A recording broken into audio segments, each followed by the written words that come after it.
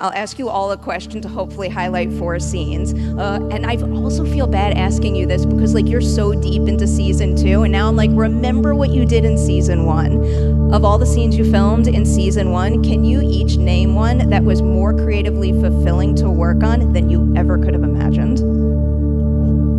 I'll start. I think you should. Of course.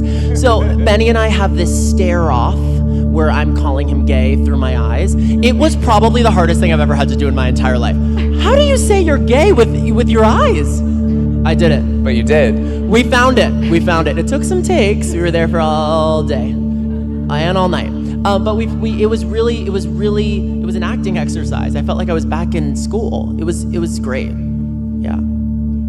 For me, I think it was the Thanksgiving episode when we got to act with Kyle MacLachlan and Connie Britton, because I know that's not one scene, but it just felt there's such a real feeling family dynamic with the Scanlons, and I can't relate to Grace in the way that she's like the least favorite child because I am the favorite child. So it just felt good to play that for a bit, the one that's sort of like slighted and no one pays attention to, and she's like, you know, a little bit pissed off because she feels like she's always getting the short end of the stick. And then in that same episode, she sort of has this really triumphant moment at the hometown bar. So I think that episode for me was just a lot of fun, and also to take us out of that college environment and just do something totally different tonally from the rest of the show was really fun.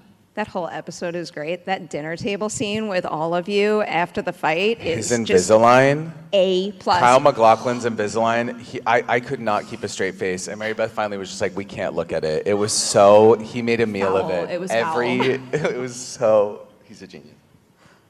I think one thing I really discovered shooting season 1 is how much I love doing things with physical comedy. So all of our, when we make out or when we hook up on the show, Yeah, find girl. Okay, off campus. We have sex too. That being physical, it is technically but physical comedy. finding the different like comedic beats of the way these characters would almost like have an idea of what hooking up should look like, and performing that in a way that is entirely unnatural. It just finding those comedic beats was so fun for me, but in a not sexual way, obviously in a comedic way, for the comedy. Well done. Yeah. Beautifully done. Mine was in the 5th episode when I find out, I hope everyone here has seen it, when I find out something I don't want to find out. And I see Wally's character Carmen from across the kind of party. I wrote the character Carmen as like kind of in any way like an ode to the women that have created like safe spaces for queer people until they can really find queer people, like the character of George. And I named her after my godmother Carmen, who I wasn't able to come out to. She passed away when I was in college.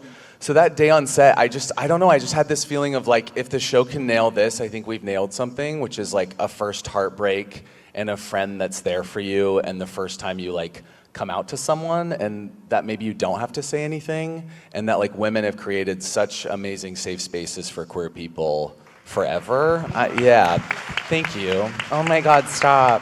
And just looking at Wally, it was someone that I just loved her so much, and I love her so much, and the way she was playing Carmen and the look she gave me, even though we're in these ridiculous costumes, which felt like the ridiculousness of life and the sadness of life, that you can have your heart broken and someone is in a dick costume next to you, but still, it just felt like, okay, if we nail that, then I think we have the show. And after it, me and the showrunner, Scott King, who's like my right hand, like my family, he came over and like gave me a hug, and we just kind of sobbed because we were just like, we're so lucky we get to tell this story, and that Amazon and A24 and Strong Baby let us tell it in exactly the specificity that we wanted. But we did like so many takes. I mean, I was crying in Wally's arms for a long, long time.